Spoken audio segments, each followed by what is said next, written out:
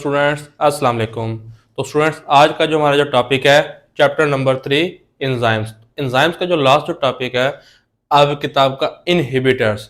Inhibitors कहते हैं रोकने वाले कि किस चीज़ को ये रोकते हैं।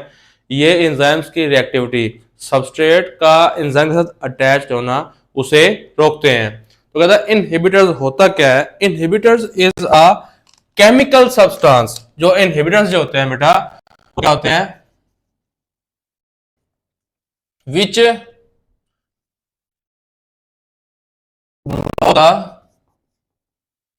एक्टिव साइट के इनहिबिटर्स जो होते हैं वो एक ऐसे केमिकल सब्सटेंस हैं जो कि एक्टिव साइट्स को ब्लॉक कर देते हैं। अब एक्टिव साइट्स को ब्लॉक की दो कंडीशंस हैं, परमानेंटली या ब्लॉक। एक्टिव साइट जो है वो किसकी ब्लॉक करते हैं, वो बेटा वो ब्लॉक करते हैं किस चीज की, एंजाइम्स की। किसी करेंगे वो एंजाइम्स की।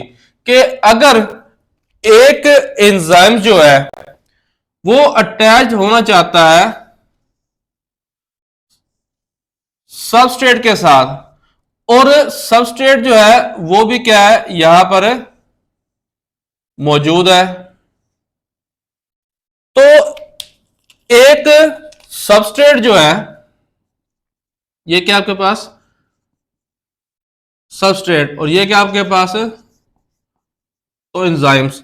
लेकिन बाज दफा ये चाह कर भी इन दोनों के दरमियान में जो एक्टिव साइट्स है, जो साइनाइड्स जैसा जो होते हैं अल्फा टॉक्सिन वगैरह, वो इसको ब्लॉक कर देते हैं। अब ब्लॉक की जो कंडीशंस है वो दो हैं, या तो वो टेम्पोरेरी होगा या क्या होगा वो परमानेंट होगा।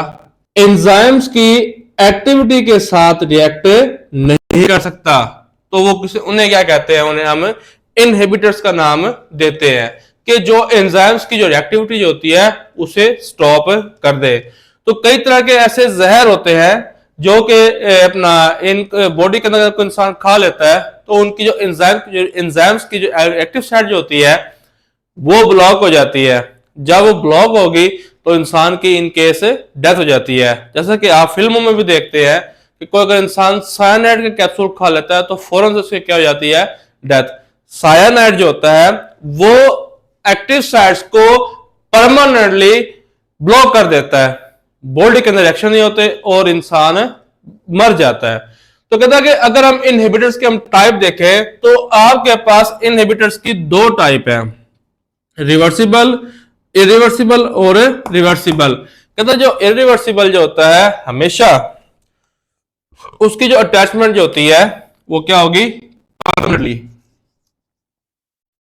परमानेंटली वो हमेशा कंफर्म उसके साथ क्या होता है, अटैच्ड होता है। उनके दरमियान में जो अटैचमेंट की जो मेन वजह होती है उनके दरमियान में होता है क्या बेटा, कोवलेंट बॉन्ड। कौन सा होगा, covalent bond. Covalent bond is form by the mutual sharing, के जिसके अंदर दोनों चीजें आपस में बामी मुशावरत से क्या हो, अटैच होती है। उन दरमियान जो बनने वाला जो बॉन्ड जो होता है उसे कोवलेंट बॉन्ड कहते हैं। जो म्यूचुअल शेयरिंग की जो बॉन्ड होते हैं ना वो बड़े स्ट्रॉन्ग होते हैं, तो उसमें क्या होगा कि वो बॉन्ड परमानेंटली होगा और उसको हम खत्म कर ही नहीं सकते। कि इरिवर्सिबल के अंदर जो एक्टिव साइड जो होगी, एक्टिव साइट परमानेंटली क्या होगी, उसके अंदर ब्लॉक एक्टिव साइट होगी। तो एक्टिव साइट जब परमानेंटली ब्लॉक होगी तो ये कभी खत्म नहीं होंगे। तो जो यहां पर नाम लिखे गए हैं, दो नाम, अल्फा टॉक्सिन और साइनाइड, इनको हम कहते हैं पॉइजन। ये क्या आपके पास है, पॉइजन, ये जहर है। इसी तरह दूसरी एग्जांपल है वो होती है रिवर्सिबल। रिवर्सिबल ऐसे होते हैं कि जिसके अंदर एंजाइम जो होते हैं लूजली अटैच होते हैं। किस चीज के साथ अटैचमेंट होती है, इनकी एक्टिव साइट के साथ। जब इनकी टेम्परेरी होगी तो इनके साथ कुछ चीजें और मजीद जो होती है उनकी आगे टाइप्स आती है। कि रिवर्सिबल जो होता है इसके अंदर कभी एक्टिव साइट के साथ कोई भी इनहिबिटर्स अटैच हो जाए, कुछ जो कोई अटैच्ड बाद में छोड़ दे, तो उसमें चीजें आती है। कहता है बाद में क्या होता है, कॉम्पिटिटिव इनहिबिटर्स।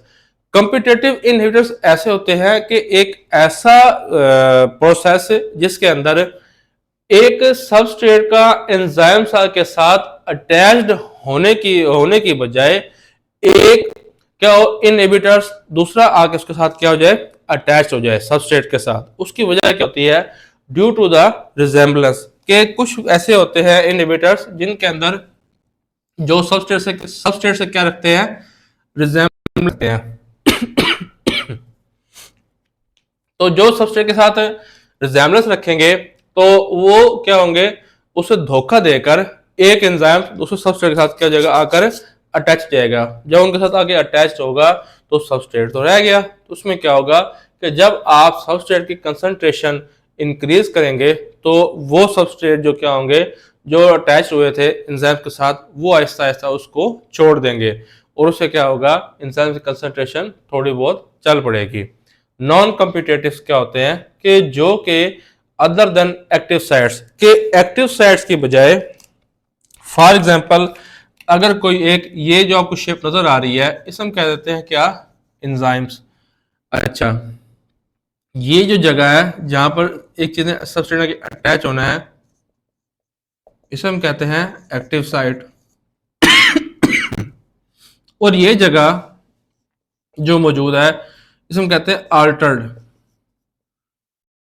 के बगैर भी कोई जो जगह मौजूद है तो कहते हैं अल्टर्ड शेप। तो बाद दफा होता क्या है कि नॉन कॉम्पिटिटिव के अंदर एक्टिव साइट्स को शॉर्टन करके उसको छोटा करके बल्कि अल्टर शेप्स के ऊपर आकर किसी दूसरी चीज का जो अटैचमेंट जो होती है ये क्या होती है? लो एक्टिव साइट्स। तो कोई भी सबस्ट्रेट की जगह दूसरी चीज जो आके अटैच्ड होगी तो उससे क्या कहेंगे? उसे हम नॉन कॉम्पिटिटिव कहेंगे। तो बेटा ये था हमारा आज का टॉपिक इनहिबिटर्स। तो उम्मीद करते हैं आपको ये कंप्लीट चैप्टर अच्छे से समझ आया होगा। तो हमारे चैनल को जरूर सब्सक्राइब कीजिए। शुक्रिया। अल्लाह हाफिज।